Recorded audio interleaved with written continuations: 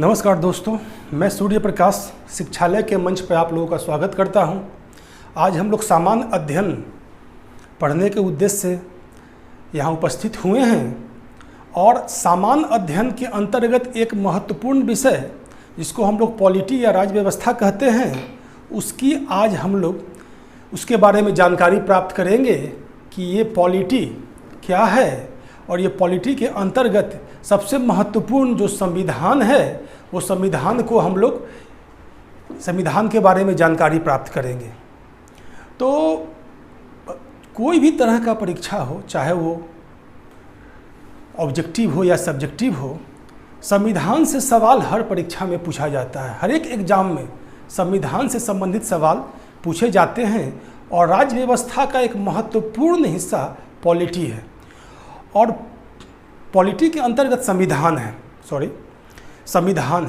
अब उस संविधान को समझने के लिए हमें ये जानना आवश्यक है कि आखिर ये संविधान है क्या। ये संविधान जो हर कोई सुने हुए कि हर एक देश का संविधान होता है, भारत का भी अपना संविधान है। तो संविधान क्या है? तो संविधान कानून की वो सर्वोच्च पुस्तक है या विधि की वो सर्वोच्च पुस्तक है जिसके माध्यम से किसी भी देश का शासन व्यवस्था का संचालन किया जाता है। यानी जो सरकार की तीनों अंग हैं, कार्यपालिका, विधायिका और न्यायपालिका, तीनों का संचालन इसी संविधान के माध्यम से किया जाता है और इस संविधान में ही हर बातों का उल्लेख किया गया है कि कैसे हमारी शासन व्यवस्था या राज्य व्यवस्था का संचालन किया जाएगा। तो संविधान की उपस्थिति हमारे विश्व में कब से है, इसके बारे में हम लोग थोड़ी जानकारी प्राप्त करेंगे कि क्या संविधान प्राचीन काल में था, क्या मध्यकाल में था या आधुनिक काल में यह उपस्थित हुआ। तो हम लोग देखते हैं कि प्राचीन काल में या मध्यकाल में जो भी सरकारें थीं, सरकार मतलब कार्यपालिका, विधायिका, न्यायपालिका, जो भी सरकारें थीं वो राजतंत्रात्मक व्यवस्था में थी, यानी मोनार्की सिस्टम में थी। आज का जो डेमोक्रेसी है या लोकतंत्र है, लोकतंत्र की उपस्थिति उस समय नहीं थी, एक आध अपवाद को छोड़ दे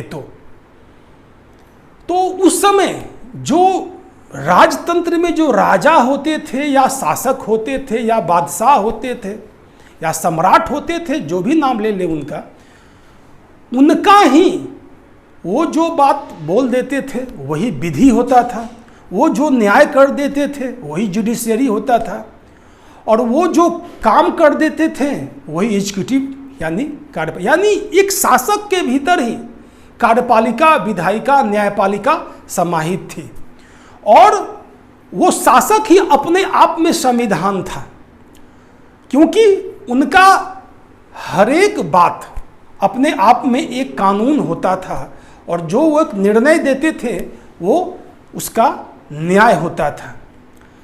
तो जनरली हम लोग देखते हैं कि प्राचीन काल और मध्यकाल में कमोबेश यही व्यवस्था पूरे विश्व में लागू थी, लेकिन एक आध दो अपवाद हमें मिलता है। जैसे प्राचीन काल में आप लोगों ने बेबीलोन का नाम सुना होगा, जो वर्तमान में ईरान के पास, ईरान के क्षेत्र है ना। वहाँ एक शासक हुए थे हम्मुराबी, जिनका आज से लगभग 4000 वर्ष पहले यानी उनका शासनकाल लगभग 1792 से लेकर 1750 ईस्वी के आसपास रहा था। तो हम्मुराबी ने एक विधि संहिता बनाया प्राचीन काल में और उस विधि संहिता को उन्होंने बड़े बड़े पत्थरों में खुदवा करके अपने राज्य के सीमा में विभिन्न स्थानों पर लगवाया। तो हम्मुराबी की विधि संहिता विश्व की सबसे प्राचीनतम संविधान के रूप में देखा जा सकता है, क्योंकि उन्होंने जो विधि बनवाया, कहा जाता है कि उनमें लगभग 3600 पंक्तियां यानी लाइन थी उनके विधि संहिता में और लगभग 285 धाराएं थी हम्मुराबी की विधि संहिता में। तो उन्होंने पत्थरों के माध्यम से पूरे विश्व में जगह जगह उसका अपने राज्य शासन क्षेत्र के क्षेत्रों में जगह जगह उन्होंने उसको स्थापित करवाया। और वो विधि संहिता आज भी पेरिस के संग्रहालय में वो पत्थर सुरक्षित है। तो वो सबसे प्राचीनतम संविधान कह लें या विधि संहिता कह लें हम्मुराबी की थी, है ना। अब भारत के संदर्भ में देखें तो हमारे यहाँ भी विधियों का कंसेप्ट कल्चर रहा था। जैसे हम लोग वैदिक युग में देखते हैं कि वहाँ के जो हमारे यहाँ सभा और समिति का प्रचलन था, और सभा और समिति को प्रजापति की दो पुत्रियां भी कहा गया है। और वो सभा और समिति के माध्यम से कई विधियों का संकलन किया जाता था, और उन विधियों के माध्यम से ही व्यवस्था का यानी शासन व्यवस्था का संचालन किया जाता था। तो वो भी एक संविधान का ही रूप था। परंतु ये प्राचीन काल की बातें हैं। अगर आधुनिक युग में हम देखें तो आधुनिक युग में संविधान की उपस्थिति को अगर हम निरूपित करते हैं कि संविधान कब उपस्थित हुआ, तो इसको एक हम कालखंड में स्थापित नहीं कर सकते हैं। क्योंकि आधुनिक युग में जो संविधान लोकतांत्रिक व्यवस्था का जो शुरुआत हुआ, तो वो कहाँ हुआ, तो वो इंग्लैंड में हुआ। यानी आधुनिक युग में जो लोकतंत्र, और इंग्लैंड में एक दिन में लोकतंत्र स्थापित नहीं हुआ। इंग्लैंड में यानी ब्रिटेन में एक दिन में लोकतंत्र स्थापित नहीं हुआ। उसको स्थापित होने में लगभग 400-500 वर्ष लग गए। आप लोग सब लोग जानते हैं कि ब्रिटेन में आज भी सत्ता के शीर्ष पर वहाँ के महारानी एलिजाबेथ द्वितीय हैं। तो आज भी वहाँ जो शासन व्यवस्था के शीर्ष पर राजतंत्र है, लेकिन वो सिर्फ नाम मात्र का है, सिंबॉलिक है। वो उसका जो पावर है उसके पास सिर्फ वो प्रतीकात्मक रूप से वो राजतंत्रात्मक व्यवस्था है। इसलिए ब्रिटेन आज भी राजतंत्रात्मक लोकतंत्र है। यानी सत्ता के शीर्ष पे राजा या रानी या ताज है ना।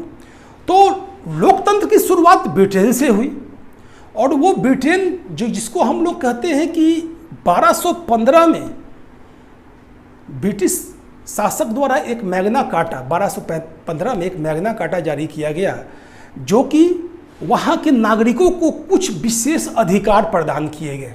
यानी वहाँ के नागरिक होने के नाते आपको कुछ अधिकार दिया गया, और उस अधिकार के माध्यम से ही लोकतंत्र का बीज प्रस्फुटित हुआ। अगर हम आगे देखते हैं तो ब्रिटेन में ये जो संविधान है वो कहीं लिखित रूप में स्थापित नहीं है। वो धीरे धीरे परंपराओं, अभिसमयों, कई कानूनों जो कि ब्रिटिश संसद ने पारित किए, और डाइसी की एक पुस्तक थी, an introduction of the study of the law of constitution, इसी पर आधारित है।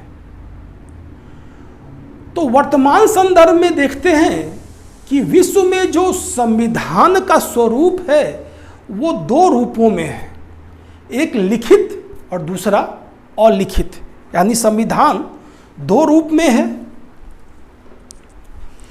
एक लिखित और दूसरा अलिखित। वर्तमान आधुनिक समय में हम देखते हैं कि संविधान का दो रूप उपस्थित है, एक लिखित और दूसरा अलिखित। यानी लिखित संविधान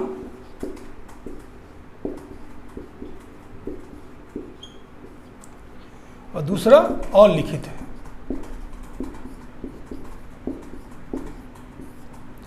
लिखित का उदाहरण, सर्वश्रेष्ठ उदाहरण अमेरिका, और अलिखित का ब्रिटेन। ये लिखित और अलिखित संविधान है, जिसका अलिखित संविधान ब्रिटेन का है। और हम लोग ये जानते हैं कि ब्रिटिश संविधान लिखित नहीं है, वो परंपराओं पे आधारित है, अभिसमयों पे आधारित है। अब कहिएगा सर परंपरा क्या होता है, अभिसमय क्या होता है? तो परंपरा जैसे हमारी परंपरा क्या है, हमारे यहाँ कोई बड़े बुजुर्ग आते हैं तो उसका हम लोग पैर को स्पर्श करते हैं, चरण स्पर्श करते हैं। कहीं तो कानून नहीं लिखा हुआ है कि कोई बड़ा व्यक्ति आए, कोई आपसे बुजुर्ग आए तो उसका चरण स्पर्श करके उनको प्रणाम करें।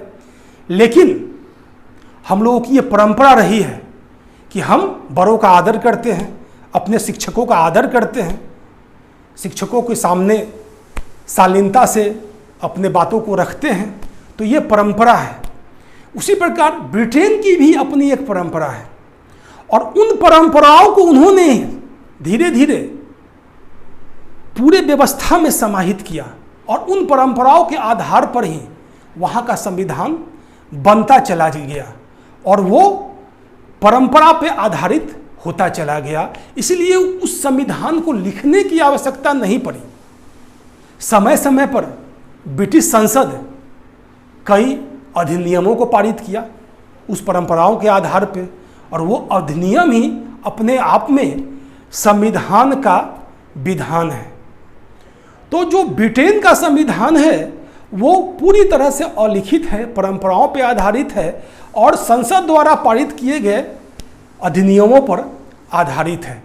और ब्रिटिश एक लेखक थे या कानूनविद थे, A.V. डायसी, उनकी पुस्तक जो थी an introduction to the study of the law of the constitution, उसका महत्वपूर्ण योगदान ब्रिटिश संविधान के विकास में रहा है।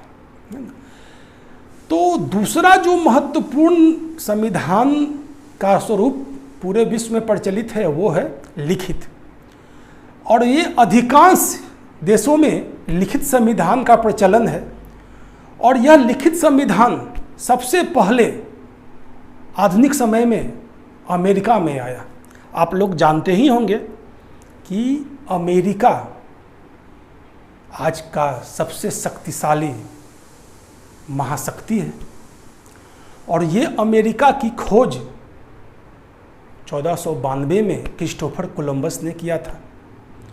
अब कोलंबस साहब स्पेन के नाविक थे, वो निकले यूरोप से और इंडिया को खोजने के उद्देश्य से, और वो पहुंच गए कहाँ?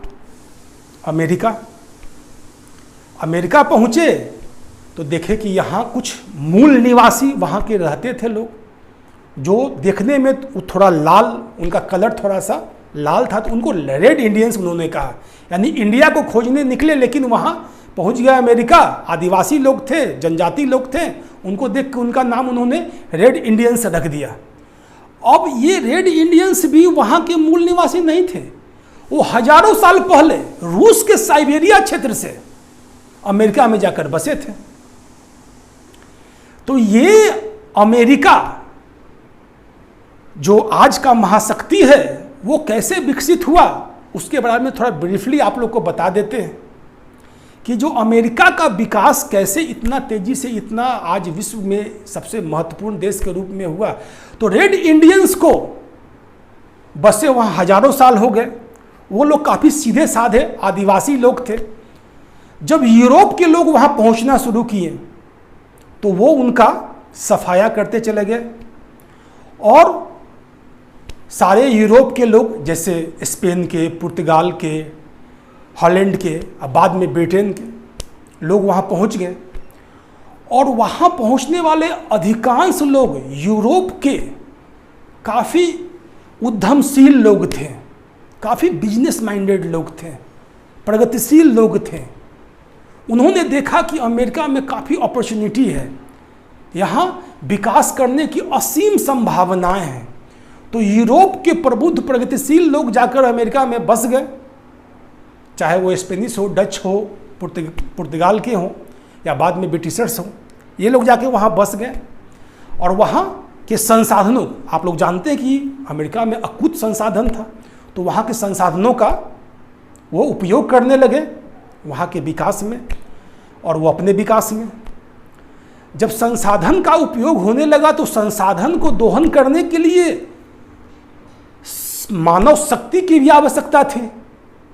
तो अमेरिका जाने के क्रम में यूरोप से वो लोग निकलते थे, अफ्रीका में रुकते थे, अफ्रीका से काले लोगों को दास के रूप में बड़ी संख्या में ये लोग अमेरिका ले गए और वहाँ पे उनसे जंगलों की सफाई, जंगलों की कटाई, खानों की खुदाई वगैरह काफ़ी काम, फिर उद्योग, जब औद्योगिक क्रांति हुआ तो उद्योग स्थापित हुए, तो ये लोग श्रम शक्ति के रूप में वहाँ पहुँच गए अपने रोजगार के उद्देश्य से। और ले जाने वाले कौन थे? तो यूरोप के गोरे लोग। तो इस तरह से अमेरिकी समाज आगे बढ़ता चला गया। चूंकि ये लोग काफ़ी प्रगतिशील थे, बिजनेस माइंडेड थे, तो वहाँ विकास काफ़ी तेज़ी से होने लगा। लेकिन ब्रिटिशर्स जब वहाँ पहुँचे तो वहाँ उन्होंने अमेरिका के सभी प्रांतों पे, उस समय 13 प्रांत था अमेरिका में, वो सभी प्रांतों पर अपना उपनिवेश के रूप में उसको व्यवस्था स्थापित कर ली, जिससे वहाँ के जो पहले से बसे हुए यूरोपियंस में काफ़ी आक्रोश हुआ। वो लोग अपने आप को वहाँ के पराधीन महसूस करने लगे और परिणाम ये हुआ कि अमेरिका में भी एक स्वतंत्रता आंदोलन हुआ ब्रिटिश उपनिवेशवाद के खिलाफ। और 1776 ईस्वी में अमेरिका ब्रिटिश उपनिवेश से स्वतंत्र हुआ और वहाँ जो लोग पहले से आकर बसे थे, यूरोप के ही लोग थे, उन्होंने अपने सत्ता की स्थापना की। और उस समय अमेरिका के 13 राज्य आपस में मिलकर एक समझौता किया और यूएसए, संयुक्त राज्य अमेरिका का निर्माण किए। उस समय यूएसए एक परिसंघ यानी कन्फेडरेशन के रूप में था। आज जो यूएसए फेडरेशन के रूप में यानी संघीय संघ के रूप में है, वो एक परिसंघ के रूप में था। बाद में इसमें और राज्य जुड़ते चले गए और 50 राज्यों का वो एक फेडरल सिस्टम यानी संघीय व्यवस्था वहाँ स्थापित हुआ। तो ये अमेरिका जब 1776 में स्वतंत्र हुआ तो वहाँ शासन व्यवस्था को संचालित करने के लिए, लोकतंत्रात्मक व्यवस्था को संचालित करने के लिए एक संविधान की आवश्यकता महसूस की गई और वहाँ एक संविधान सभा के गठन के माध्यम से संविधान के निर्माण का कार्य शुरू किया गया, जो कि लगभग 1789 में जाकर के पूर्ण हुआ। 1789 में वहाँ का संविधान लागू हो गया। जब अमेरिका में संविधान लागू हुआ तो उस समय संविधान जो लिखित रूप से लागू हुआ और वो अमेरिका का लिखित संविधान आज सभी विश्व के सभी लोकतांत्रिक देशों के लिए एक आदर्श के रूप में काम करता है। और वो लिखित संविधान का एक पहला जो प्रस्थान बिंदु हम कहेंगे वो अमेरिकी संविधान ही है। तो भले ही लोकतंत्रात्मक व्यवस्था की जड़ें सबसे पहले ब्रिटेन में प्रस्फुटित हुई, लेकिन लिखित संविधान सबसे पहले अमेरिका में आया। अब ये लिखित संविधान जो अमेरिका में बना, तो इस संविधान का काफ़ी महत्व अपने आप में है। चूँकि अगर हम कल्पना करते हैं कि आज से लगभग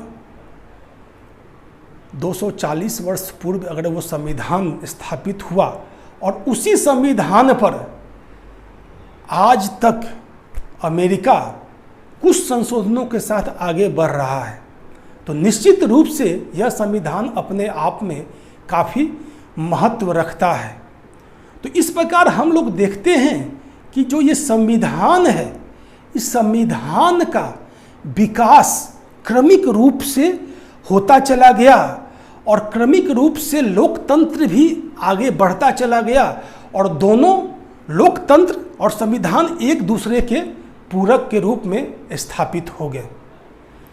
तो इस संविधान शब्द का जो महत्व हर एक देश में काफ़ी है और बिना संविधान के वर्तमान लोकतांत्रिक व्यवस्था के किसी भी देश में शासन का संचालन करना संभव नहीं है। अब हम लोग देखेंगे कि भारत का संविधान कैसे आया। क्या भारत में संविधान अचानक ही प्रकट हो गया, या यहाँ भी कोई क्रमिक व्यवस्था संविधान की रही जिसके आधार पे हमारा संविधान का निर्माण क्रमिक रूप से हुआ। तो हम देखते हैं कि भारत में पहले भी मैंने बताया कि प्राचीन काल में भी सभा और समितियां थीं, एक तरह से संविधान के रूप में नियम कानून बनाते थे। बाद में भी कई शासक आए, जैसे अशोक ने अपने स्तंभ लेख शिलालेख के माध्यम से कई नियम कानून जनता के सामने रखा, लोक कल्याणकारी राज्य की अवधारणा प्रस्तुत की। तो वो भी अपने आप में एक विधि संहिता था, अपने आप में एक विधि था, तो उसको भी हम छोटा मोटा संविधान मान सकते। एक संविधान उस समय के आधार पर एक विधि ही था वो। बाद में कितने शासक हुए, उन्होंने भी अपनी व्यवस्था स्थापित की और कुछ विधियों के आधार पर शासन का संचालन किया। परंतु अगर भारत के संदर्भ में देखें तो हमारे यहाँ जो संवैधानिक व्यवस्था शुरू हुआ वो मानते हैं कि अंग्रेजों के आने के साथ ही शुरू हुआ, ऐसा हम लोग मान सकते हैं। चूँकि जब अंग्रेज आए तो उस समय ब्रिटेन में लोकतंत्र धीरे धीरे अपना व्यवस्था स्थापित कर रहा था। तो जब तक अंग्रेज यहाँ व्यापारिक गतिविधियों का संचालन किए तो वहाँ के राजतंत्र द्वारा दिए गए जो उनको अधिकार पत्र दिया गया, उसके आधार पर उन्होंने यहाँ व्यापारिक गतिविधियों का संचालन किया। और फिर पुनः जब उन्होंने भारतीय राजनीतिक व्यवस्था में हस्तक्षेप शुरू किया और 1757 की प्लासी के युद्ध के बाद जब अंग्रेज 1764 का बक्सर युद्ध और 1765 का इलाहाबाद की संधि, इसके बाद जो अंग्रेजों का राजनीतिक व्यवस्था में हस्तक्षेप शुरू हुआ, तो उस दौरान जो राजनीतिक व्यवस्था चल रही थी तो वो कहीं ना कहीं भले ही छोटा ही वहाँ की लोकतांत्रिक यानी ब्रिटेन की लोकतांत्रिक व्यवस्था द्वारा स्थापित कुछ विधियों के माध्यम से चल रही थी। तो हम लोग अगले वीडियो में देखेंगे कि भारत की शासन व्यवस्था कैसे स्थापित हुई। आज हम लोग अपना क्लास यहीं समाप्त करते हैं। धन्यवाद। वर्तमान आधुनिक समय में हम देखते हैं कि संविधान का दो रूप उपस्थित है, एक लिखित और दूसरा अलिखित। यानी लिखित संविधान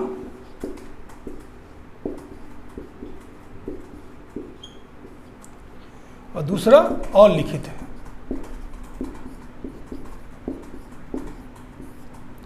लिखित का उदाहरण, सर्वश्रेष्ठ उदाहरण अमेरिका और अलिखित का ब्रिटेन। ये लिखित और अलिखित संविधान है, जिसका अलिखित संविधान ब्रिटेन का है।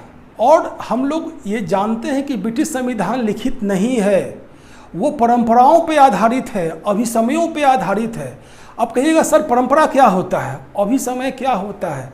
तो परंपरा जैसे हमारी परंपरा क्या है, हमारे यहाँ कोई बड़े बुजुर्ग आते हैं तो उसका हम लोग पैर को स्पर्श करते हैं, चरण स्पर्श करते हैं। कहीं तो कानून नहीं लिखा हुआ है कि कोई बड़ा व्यक्ति आए, कोई आपसे बुजुर्ग आए तो उसका चरण स्पर्श करके उनको प्रणाम करें। लेकिन हम लोगों की ये परंपरा रही है कि हम बड़ों का आदर करते हैं, अपने शिक्षकों का आदर करते हैं, शिक्षकों के सामने शालीनता से अपने बातों को रखते हैं। तो ये परंपरा है। उसी प्रकार ब्रिटेन की भी अपनी एक परंपरा है और उन परंपराओं को उन्होंने धीरे धीरे पूरे व्यवस्था में समाहित किया और उन परंपराओं के आधार पर ही वहाँ का संविधान बनता चला गया। और वो परंपरा पे आधारित होता चला गया, इसलिए उस संविधान को लिखने की आवश्यकता नहीं पड़ी। समय समय पर ब्रिटिश संसद कई अधिनियमों को पारित किया उस परंपराओं के आधार पे, और वो अधिनियम ही अपने आप में संविधान का विधान है। तो जो ब्रिटेन का संविधान है वो पूरी तरह से अलिखित है, परंपराओं पे आधारित है और संसद द्वारा पारित किए गए अधिनियमों पर आधारित है। और ब्रिटिश एक लेखक थे या कानूनविद थे, एवी डायसी, उनकी पुस्तक जो थी an introduction to the study of the law of the constitution, उसका महत्वपूर्ण योगदान ब्रिटिश संविधान के विकास में रहा है। तो दूसरा जो महत्वपूर्ण संविधान का स्वरूप पूरे विश्व में प्रचलित है वो है लिखित। और ये अधिकांश देशों में लिखित संविधान का प्रचलन है। और यह लिखित संविधान सबसे पहले आधुनिक समय में अमेरिका में आया। आप लोग जानते ही होंगे कि अमेरिका आज का सबसे शक्तिशाली महाशक्ति है। और ये अमेरिका की खोज 1492 में क्रिस्टोफर कोलंबस ने किया था। अब कोलंबस साहब स्पेन के नाविक थे, वो निकले यूरोप से और इंडिया को खोजने के उद्देश्य से, और वो पहुंच गए कहाँ? अमेरिका। अमेरिका पहुँचे तो देखे कि यहाँ कुछ मूल निवासी वहाँ के रहते थे लोग, जो देखने में थोड़ा लाल, उनका कलर थोड़ा सा लाल था, तो उनको रेड इंडियंस उन्होंने कहा। यानी इंडिया को खोजने निकले लेकिन वहाँ पहुँच गया अमेरिका, आदिवासी लोग थे, जनजाति लोग थे, उनको देख के उनका नाम उन्होंने रेड इंडियंस रख दिया। अब ये रेड इंडियंस भी वहाँ के मूल निवासी नहीं थे, वो हजारों साल पहले रूस के साइबेरिया क्षेत्र से अमेरिका में जाकर बसे थे। तो ये अमेरिका जो आज का महाशक्ति है वो कैसे विकसित हुआ उसके बारे में थोड़ा ब्रीफली आप लोग को बता देते हैं कि जो अमेरिका का विकास कैसे इतना तेजी से इतना आज विश्व में सबसे महत्वपूर्ण देश के रूप में हुआ। तो रेड इंडियंस को बसे वहाँ हजारों साल हो गए। वो लोग काफ़ी सीधे साधे आदिवासी लोग थे।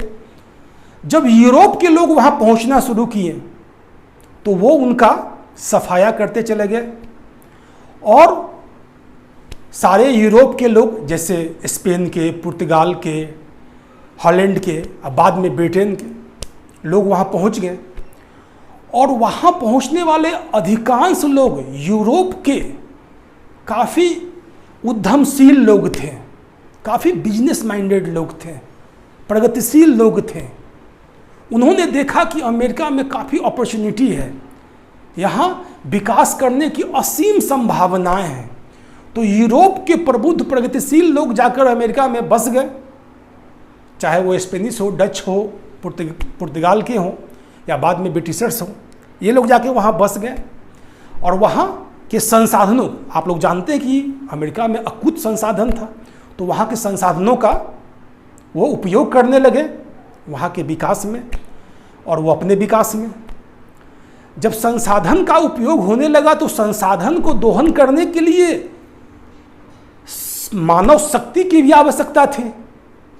तो अमेरिका जाने के क्रम में यूरोप से वो लोग निकलते थे, अफ्रीका में रुकते थे, अफ्रीका से काले लोगों को दास के रूप में बड़ी संख्या में ये लोग अमेरिका ले गए, और वहाँ पे उनसे जंगलों की सफाई, जंगलों की कटाई, खानों की खुदाई वगैरह काफ़ी काम, फिर उद्योग, जब औद्योगिक क्रांति हुआ तो उद्योग स्थापित हुए।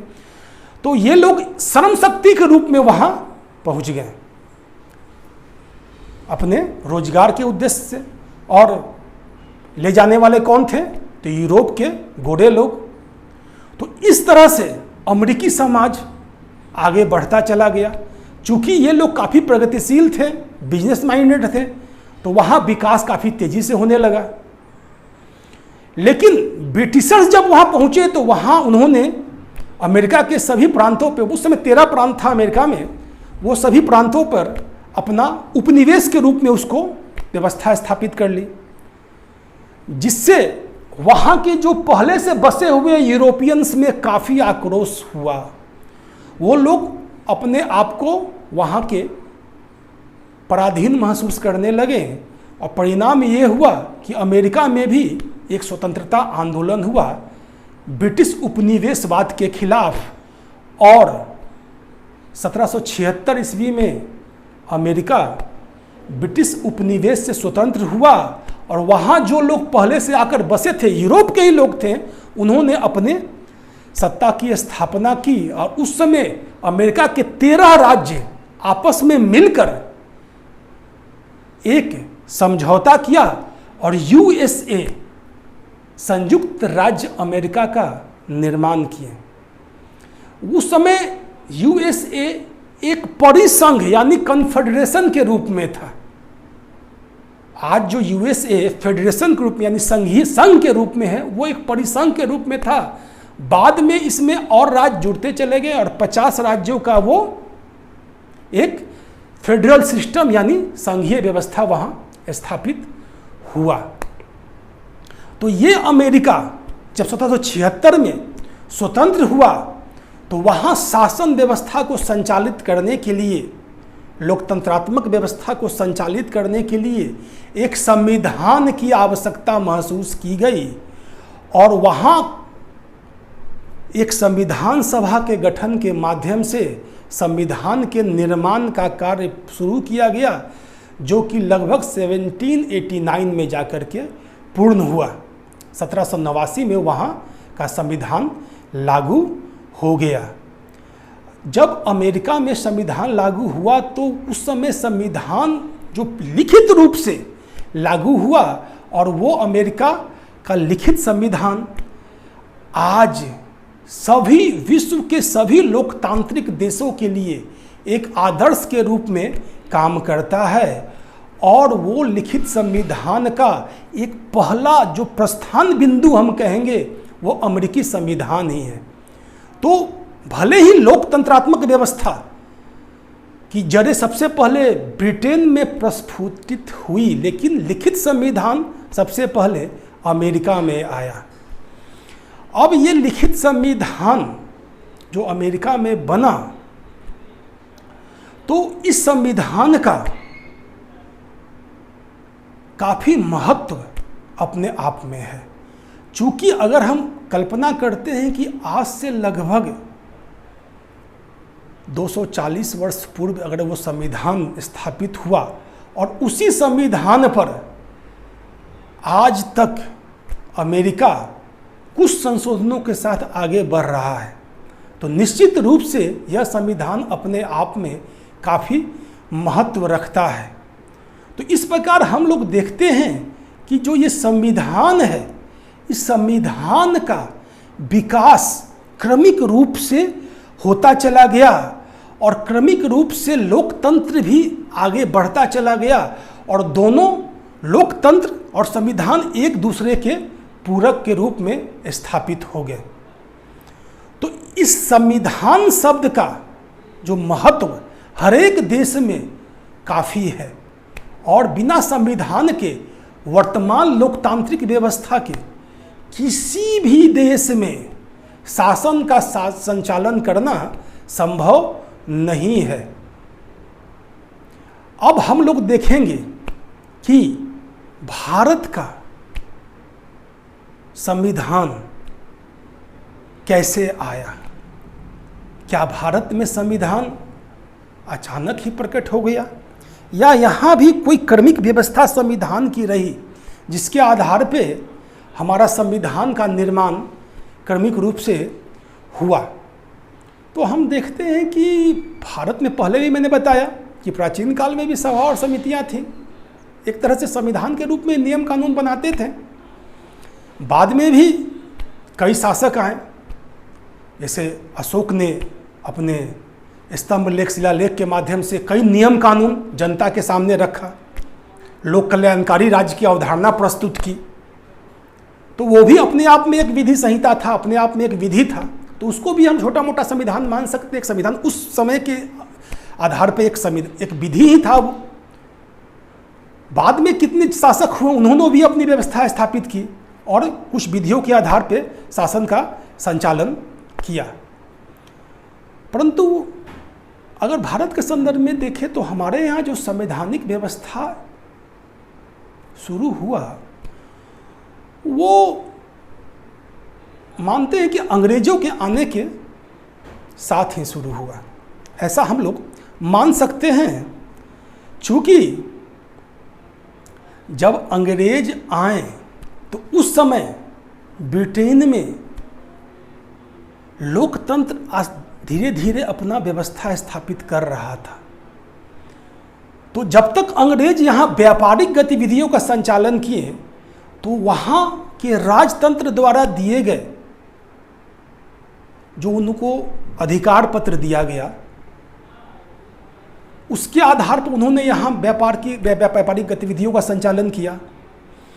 और फिर पुनः जब उन्होंने भारतीय राजनीतिक व्यवस्था में हस्तक्षेप शुरू किया और 1757 की प्लासी के युद्ध के बाद जब अंग्रेज 1764 का बक्सर युद्ध और 1765 का इलाहाबाद की संधि, इसके बाद जो अंग्रेजों का राजनीतिक व्यवस्था में हस्तक्षेप शुरू हुआ तो उस दौरान जो राजनीतिक व्यवस्था चल रही थी तो वो कहीं ना कहीं भले ही छोटा ही वहाँ की लोकतांत्रिक यानी ब्रिटेन की लोकतांत्रिक व्यवस्था द्वारा स्थापित कुछ विधियों के माध्यम से चल रही थी। तो हम लोग अगले वीडियो में देखेंगे कि भारत की शासन व्यवस्था कैसे स्थापित हुई। आज हम लोग अपना क्लास यहीं समाप्त करते हैं। धन्यवाद।